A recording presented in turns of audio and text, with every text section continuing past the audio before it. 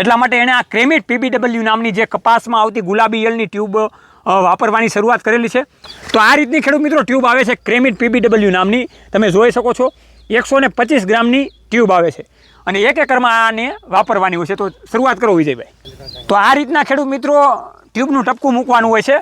પાછું 10 થી 15 છોડવા મૂકીને એટલે કે 15 ફૂટ હાલીને પાછું ટપકું મૂકવાનું હોય છે.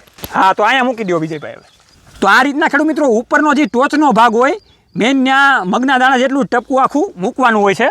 અને આ ટપકા મૂક્યા પછી ખાલી 2 કલાક સુધી વરસાદ ના હોવો જોઈએ. પછી કદાચ ગમે એટલો વરસાદ આવે તો આ ટ્યુબ ધોવાતી નથી. ગુલાબી ઈયળ સિવાયની કોઈ પણ દવા તમે છાંટી શકો છો. પહેલાં તમે મને એ જણાવો કે તમારે કેટલાની જાળીનું વાવેતર છે? 56ની જાળીનું વાવેતર છે આપણે. હવે બીજી એરમાં આપણે ચાલુ કરી છે મૂકવાનું. ઓકે,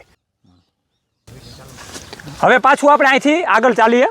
પાછું 15 ફૂટ જ આપણે આગળ ચાલવાનું હોય છે. તો ખેડૂત મિત્રો આ રીતના ઝીકઝેક આપણે તમે જોયું.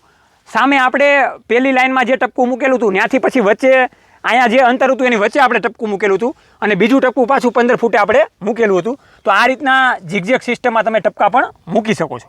એટેક ફૂલ આવે છે અને મને બહુ વિડીયો જોયા ને મને સારું લાગ્યું છે આમાં. ઓકે, આપણે જો આ ટ્યુબ ખંભા ન તોડવા, બહુ ઓછા તોડવા, બીજી સાદી દવા તમે મારી શકો, પણ આ હીરુની છે ને તમે ખંભા માટે આપણે એકાત્ર 15 દિવસ તમે મારી શકો મારો હો એના કરતાં ટ્યુબ મારવી સારી છે.